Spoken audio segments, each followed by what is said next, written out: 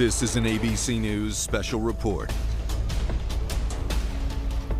Good morning, I'm Allison Cossack, and we're coming on the air this morning to tell you that President Trump has confirmed that strikes on Venezuela have been happening over the past few hours. And according to President Trump, that Nicolas Maduro and his wife have been captured in Venezuela.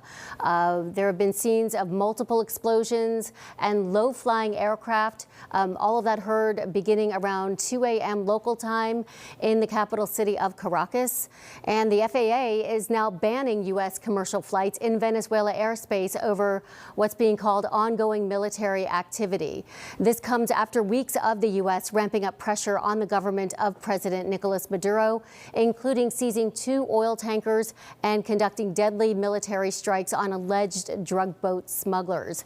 This week, the Pentagon released video of 2 vessels being hit, saying they were moving along known narco trafficking routes and engaging in narco trafficking. At least 115 people have been killed in more than 30 strikes since September. The U.S. also deploying a large-scale buildup of military forces and assets in the Caribbean, sending the largest, most advanced aircraft carrier in the world, the USS Gerald Ford. It's now part of the 15,000 U.S. troops that are operating in that region. That's in addition to the joint training exercises in Trinidad and Tobago, just 7 miles away from Venezuela. The U.S. is reportedly installing a radar system on that island. In recent weeks, President Trump declaring that Venezuelan airspace should be considered closed in its entirety. Venezuela authorities denouncing that as a colonialist threat that seeks to affect the sovereignty of its airspace. The FAA warned major airlines about a potentially hazardous situation in the skies over Venezuela, citing worsening security and heightened military activity that could threaten aircraft at all altitudes. That prompted 6 international carriers to suspend flights to the capital city of Caracas. And the U.S. recently added Maduro and his government to the State Department's list of the world's most dangerous terrorist organizations. In a pre-taped interview this week, Maduro accused the U.S. of mounting a months-long pressure campaign to force a regime change and to gain access to vast oil reserves. Maduro has also denied having any ties to the drug trade, accusing the U.S. of using the drug smuggling as a way to oust him from office. Let's go to ABC News correspondent Matt Rivers. He joins us live now on the phone. Matt, what are you hearing? What's the latest? This stunning message, quite frankly, from President Trump posting on Truth Social, where he says the United States has successfully carried out a large-scale strike against Venezuela and its president, Nicolas Maduro, who has been, along with his wife, captured and flown out of the country. He goes on to say the operation was done in conjunction with U.S. law enforcement. News conference later today at 11 a.m. That is absolutely stunning news and what is a major escalation. You know, in just the last few hours, the torrent of news that has been coming out of this situation has really just been one surprise after the next. You know, a series of very large explosions, not in some random parts of Venezuela, not on port facilities as many had suspected, but right in the heart of Caracas and the states surrounding Caracas, where we know the heart of Venezuela's military apparatus, its state security apparatus is, and where Nicolas Maduro himself has governed from for well over a decade now as the leader of Venezuela. So those explosions, people running in the streets, videos of helicopters in the air, certainly stunning images overnight in and of themselves, which led the Venezuelan government, or what is left of it apparently at this point, to put out a statement saying that it was the U.S. military responsible for this. The president of Colombia nearby had also accused the United States of doing this, but initially we didn't hear from the U.S. government specifically about what was going on until this post from President Trump on Truth Social, not only announcing that the U.S. military was responsible for these military strikes,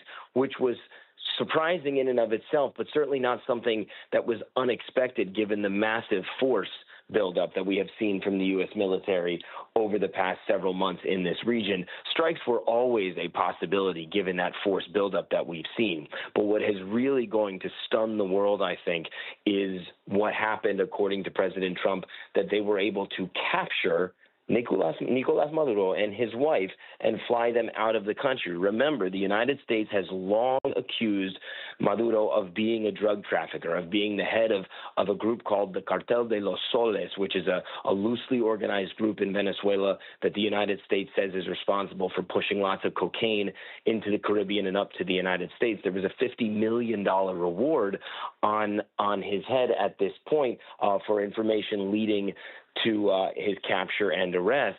And so it does appear the president is leaning into that, talking about the operation being done in conjunction with U.S. law enforcement, perhaps seeking to fend off questions down the road that might come up about the legality of strikes like this. So he's leaning into the law enforcement element of this. But there is no question this is a stunning overnight series of events in the country of Venezuela, not just these strikes themselves, but also the apparent capture and flying out of the country, the head of government of Venezuela, Nicolas Maduro, and his wife.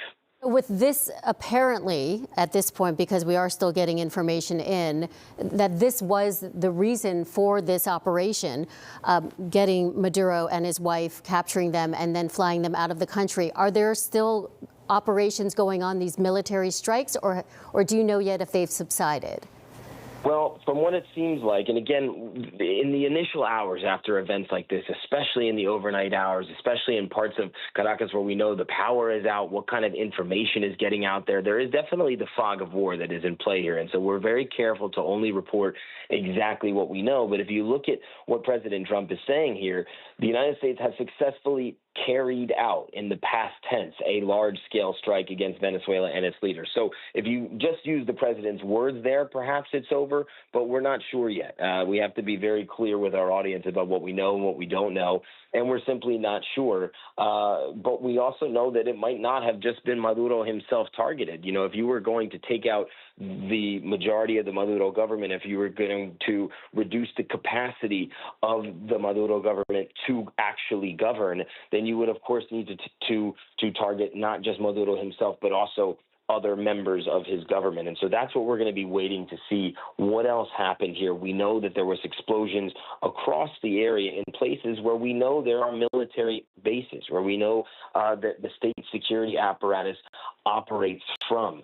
And so what did those strikes entail? What were the intent of those strikes, and what were the outcome of those strikes? We know, obviously, according to the president, that President Maduro has been captured and taken out of the country. But I'm also curious to know what the outcome of the other strikes were, and quite frankly, who is in charge of the government of Venezuela at the moment? That is an outstanding question that we do not, at least right now, have an answer to. And remember, this is a country, millions and millions of people. The Caracas metropolitan area in and of itself, well over 3 million, 4 million, 5 million people who at the moment are learning right now at the same time as the rest of us that they no longer have a head of state.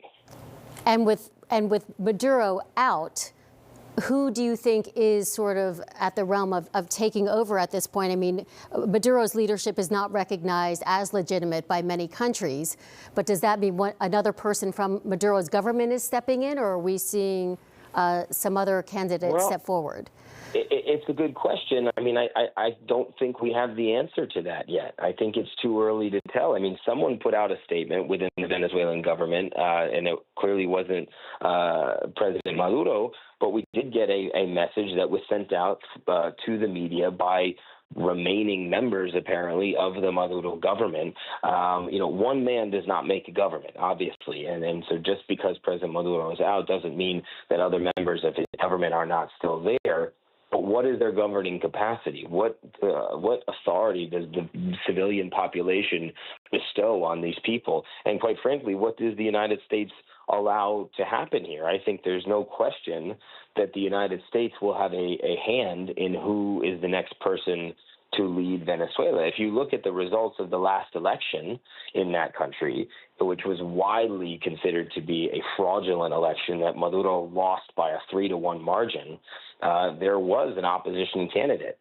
Is that something that could happen? Could you see a democratic transition to an opposition?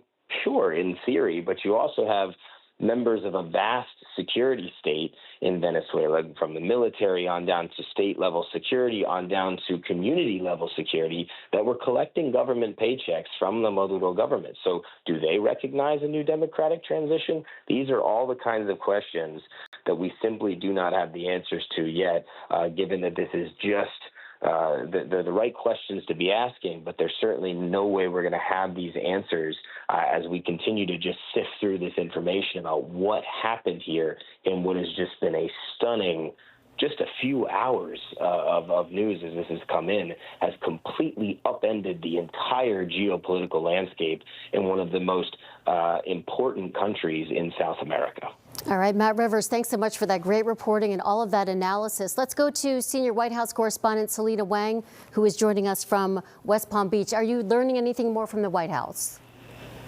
Well, look, we were waiting for an official statement from a U.S. official, from the Pentagon, from the White House. But what is so stunning here is that we got the official confirmation from the president, and what he said in his post online is really stunning. I'm just going to read it to you. It says, quote, "The United States of America has successfully carried out a large-scale strike against Venezuela and its leader, President Nicolas Maduro, who has been, along with his wife, captured and flown out of the country. This operation was done in conjunction with U.S. law enforcement. Details to follow." The president goes on to say that there will be a news conference today at 11 a.m. at Mar-a-Lago here in West Palm Beach. We are still waiting for more information. We don't know where President Nicolas Maduro, along with his wife, have been taken to. There will certainly be questions asked at that 11 a.m. press conference.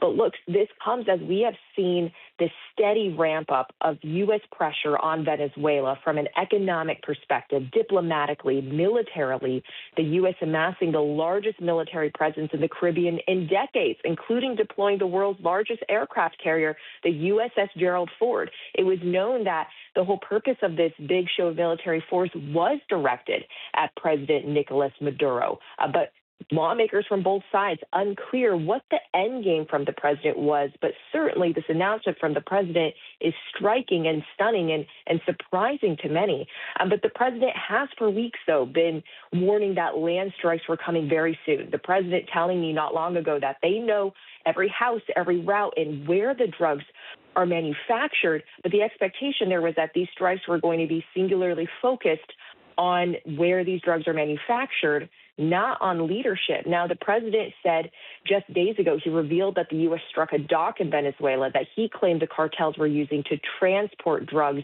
overseas. That was the beginning of this new phase of this U.S. operation, because that marks the first time we know it that the U.S. carried out a strike inside Venezuela. Prior to this, Allison, we had seen a lot of the U.S. pressure on Venezuela coming into seas. The U.S. has launched at least 30 deadly strikes against alleged drug boats in the Caribbean and the Pacific Ocean. The U.S. Coast Guard has also pursued and seized oil tankers linked to Venezuela. That is really an effort to squeeze Venezuela economically, as oil is really the lifeblood of the Maduro regime. Okay, Selena Wang, stand by. I'm going to go back to ABC's Matt Rivers with news about a statement from Venezuela's defense minister. Matt.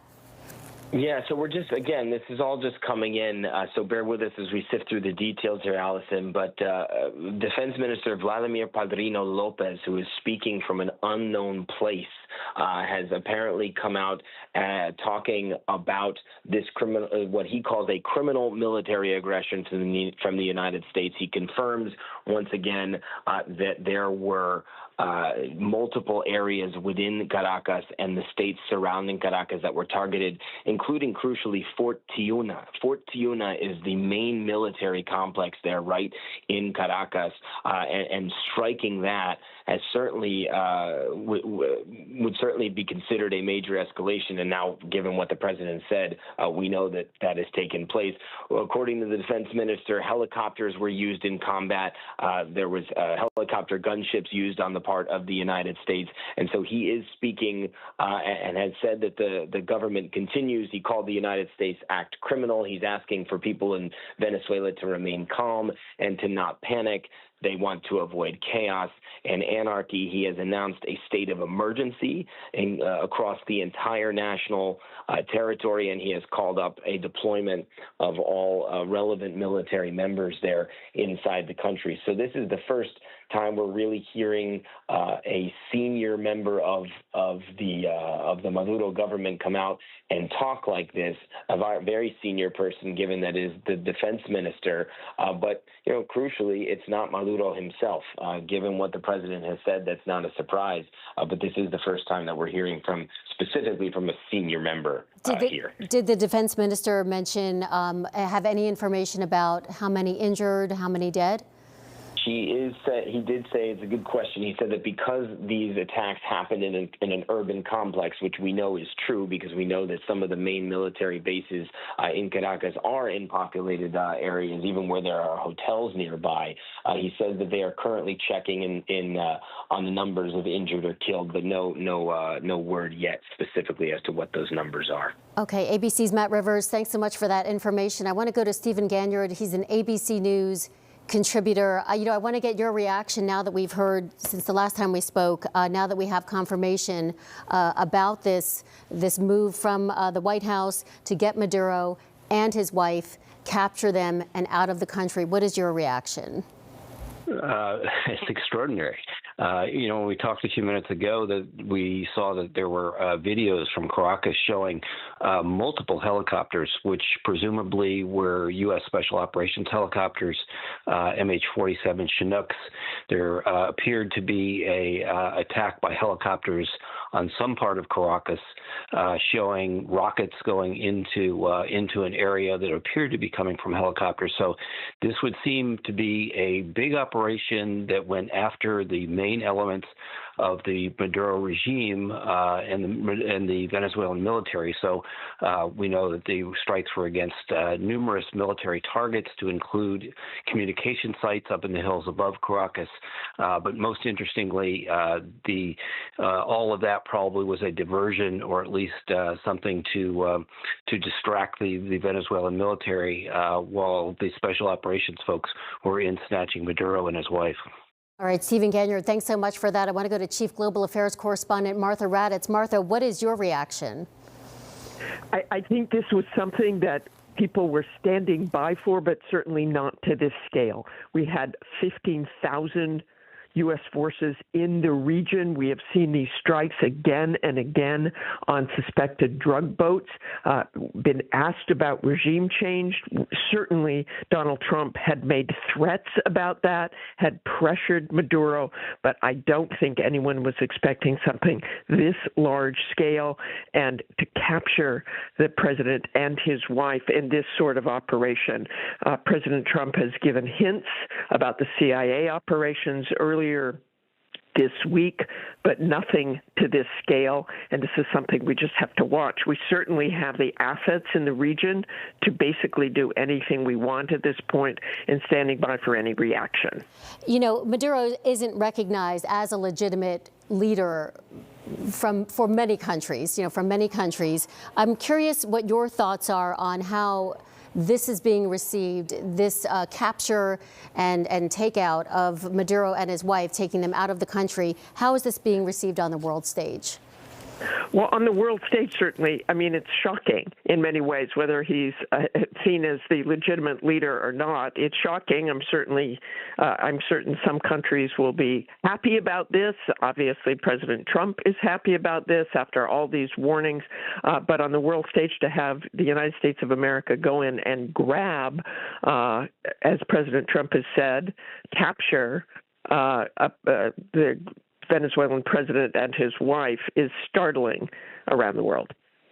Talk to me more about the significance of that.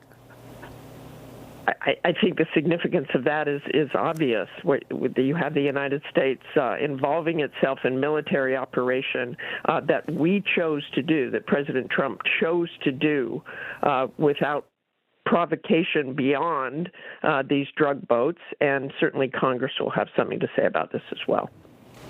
What are your thoughts about economically how this could impact oil prices and oil supply around the world? Around the world, I mean, this is a major route here. We know that if there's any kind of blockade, and I know Steve Gannard has been talking about this a lot of late, if there's any kind of blockade, what happens now?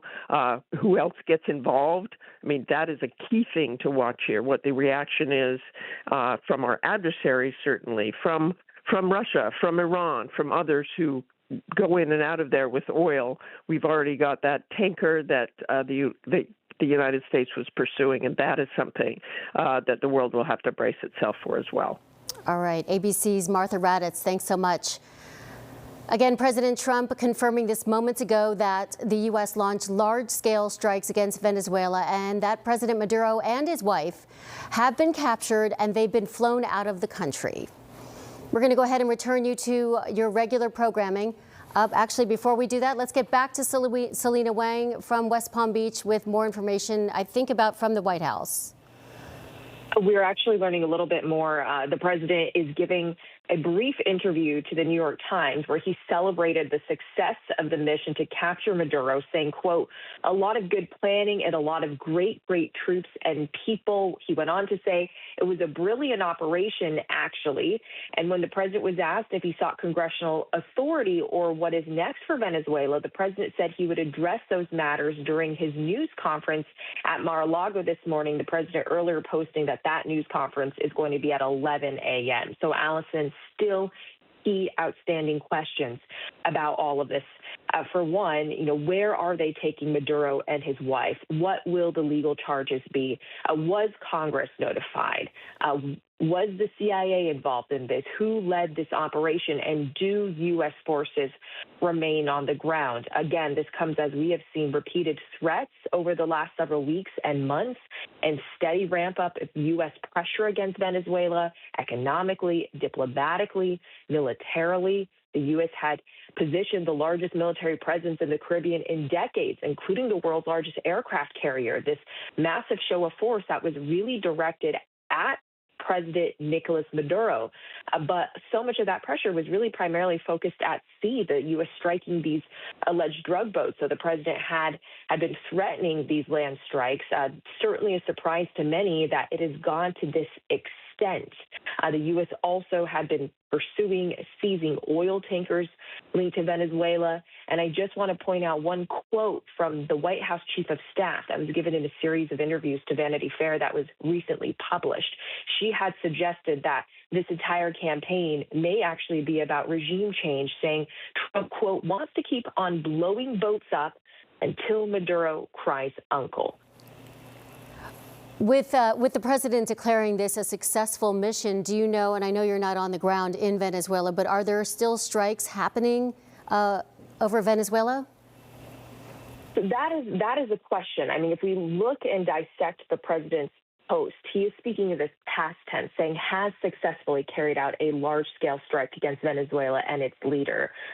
Typically, you would not want to be posting that it's been successful if you're still in the middle of the operation. So it appears that for now, the military action has been completed. But as I just mentioned earlier, still key questions. Do U.S. forces remain on the ground? Where do things go from here? We're really in uncharted territory. And it's also unclear who led this operation. Just a few days ago, President Trump revealed himself what we know of to be the first land strikes inside Venezuela. The president saying they struck a dock in Venezuela that he claimed was used by the cartels to transport drugs overseas.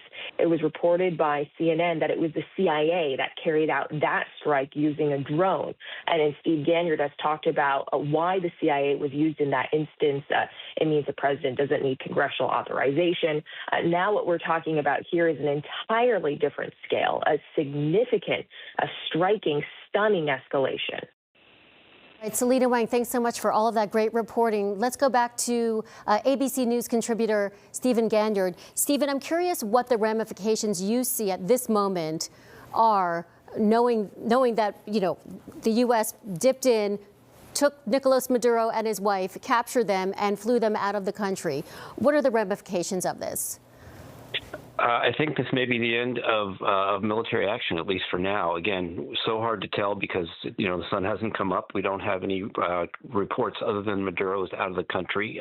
But I do think that because they have Maduro, that the U.S. has done what they've needed to do. They've neutered the Venezuelan military, and they have Maduro. And so really there's not much reason for any follow-on U.S. military action. And so the fact that the U.S. has snatched Maduro will probably put him on trial, means that this may come to an end before it escalates. So that's an optimistic look at where we are this morning. But given that Maduro's out, the regime will essentially fall. The U.S. has hit ports, they've hit barracks, they've hit airfields, they've hit communication sites. So all of this means that the Maduro regime has essentially been brought down. And so this could be it in terms of what we're going to see out of military action by the U.S. for quite a while. How involved do you see the U.S. in a new regime in Venezuela? Well, hopefully the U.S. has learned some lessons about putting new regimes into place, and that will be up to the Venezuelan people. We know that there have been several candidates who've been Democrats, who've been likely legitimately elected, but the Maduro regime obviously stuffed the ballot boxes to make it look like Maduro was the elected representative. So I think what's most interesting here is what happens next, and whether those Democratic, at least those leaders who see a brighter democratic future for the people of Venezuela, whether they are able to have their voices heard, and whether they are able to overthrow the yoke of the Maduro regime. And the overthrow of the regime, many will say that this was, obviously unexpected, but certainly, way over the top than what many would predict. Do you think this was the best way of upending the Maduro regime? Well, it's certainly the cleanest, and it means that there'll be less military action, hopefully, going forward, and that Maduro will be brought to trial for his numerous crimes. How do you think civilians in Venezuela are seeing this move this morning? They're probably shocked. I mean, everybody, as Matt Rivers was reporting, he's talking to people in Caracas. The people in Caracas in Venezuela certainly had a feeling that something was going to happen given the degree and the size of the U.S. military buildup in the Caribbean, but they didn't know it would be this bold, this daring. I mean, this is going to be very interesting to figure out how the U.S. Special Operations Forces went in there. How did they snatch the Maduro and his wife? How did they get the intelligence, all of the rehearsals that would have had to have gone into effect? Where did those helicopters launch from? Really just a stunning, amazingly successful, as of right now, operation by U.S. Special Operations Forces. Very quickly, Stephen, what do you see the U.S. Congress saying, doing about this? Well, they're not going to be happy. I'm not seeing any reports that Congress had been notified beforehand, and part of that may be that the president wanted to maintain operational security. I mean, if you're going to put Special Operations Forces on the ground in Venezuela and in Caracas, then operational security is absolutely essential here. And so maybe the notifications weren't done. The Congress is not going to be happy about that. But if this is the last of the military strikes, then maybe that it's all going to be a moot point. Okay, Stephen Ganyard, thanks so much for all that great analysis. Again, President Trump confirming just moments ago that the U.S. launched large-scale strikes against Venezuela and that President Maduro and his wife have been captured and flown out of Venezuela. President Trump will be holding a news conference later today, happening at 11 a.m. Eastern Time. We're going to go ahead and return you to your regular programming. Our coverage continues on ABC News Live and abcnews.com. We're going to have a full wrap-up later today on Good Morning America. I'm Allison Cossack. Have a good day. This has been a special report from ABC News.